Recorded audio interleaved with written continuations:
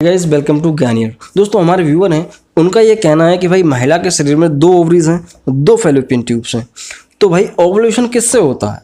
जब फर्टिलाइजेशन होता है तो भाई अंडा किससे निकलता है? जाहिर सी बात है 2 हैं, फर्टिलाइजेशन एक का होता है। तो ये कहाँ से आता है, कितने आते हैं, इसको समझेंगे। सो देखते रहिए, आपको बहुत कुछ सीखने को मिलेगा। यहाँ पर शुरू करते हैं दोस्तों कि भाई महिला के शरीर में 2 ओवरीज हैं। जाहिर सी बात है दोनों ओवरीज से कनेक्ट क्या है, 2 फैलोपियन ट्यूब्स। तो लोगों के मन में क्वेश्चन आता है कि भाई किससे ओवुलेशन होता है? तो पहले चीज़ आप ये समझ लो कि भाई दोनों से ही ओवम सीक्रेट होते हैं, दोनों में से ही ओवुलेशन होता है, लेकिन वो रैंडम होता है, साथ में कभी नहीं होता। कभी इस वाले से होता है, कभी इस वाले से होता है। तो दोनों में कभी भी साथ में नहीं होता। दोनों का काम है ओवुलेशन कराना, ठीक है। तो एक चीज़ क्लियर।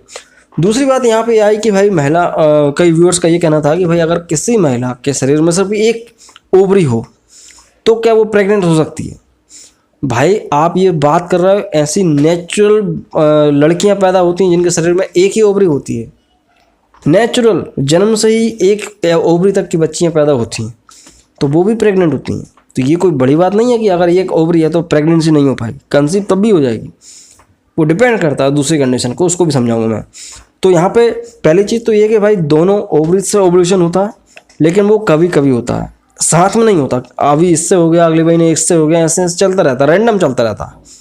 अगर किसी महिला की एक ही ओवरी है, एक ही फैलोपियन ट्यूब है, और सपोज उसने एक निकलवा दी किसी कारण से, भाई उसको ओवरियन कैंसर हो गया था या फैलोपियन कैंसर हो गया था या कुछ भी वटेवर मेट्रोसिस कंडीशन हो गई थी, तो उस कंडीशन में क्या भाई एक फैलोपियन तो निकलवा दी, एक ओवरी भी निकलवा दी, अब महिला के पास एक ही बची है, तो क्या कंसीव हो जाएगी? हो जाएगी, जाहिर सी बात है।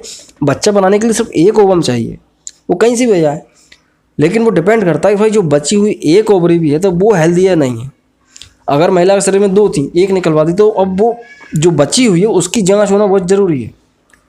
वैसे जांच की जरूरत पड़ेगी नहीं, क्योंकि उससे प्रेगनेंसी कंसीव हो जाएगी। लेकिन अगर नहीं भी हो पा रही है तो भाई उसमें जांच करी जा सकती है कि भाई जो बची है वो कैसी है, उसकी स्थिति क्या है। वो ठीक है तो वहाँ पर दूसरा फैक्टर आ जाता है, स्पर्म काउंट अच्छा होना चाहिए। आदमी का जो स्पर्म है वो अच्छा होना चाहिए, तो प्रेगनेंसी कंसीव हो जाती है। उसके लिए कुछ टिप्स हैं। देखो भाई क्या होता है कि जब 2 ओवुलेशन है, मतलब 2 ओवरीज हैं, तो ओवुलेशन तो होना है, हर महीने होना है। कभी इससे होना, कभी उससे होना। अगर एक ओवरी बची है तो फिर उसमें थोड़ा सा क्या रहता है कि अंदाज़ा नहीं पड़ पाता है कि भाई महिला को जो है अंदाज़ा नहीं लग पाता है कि भाई उसका ओवुलेशन कब क्या, मतलब उसको टाइमिंग का कुछ सेट नहीं रहता।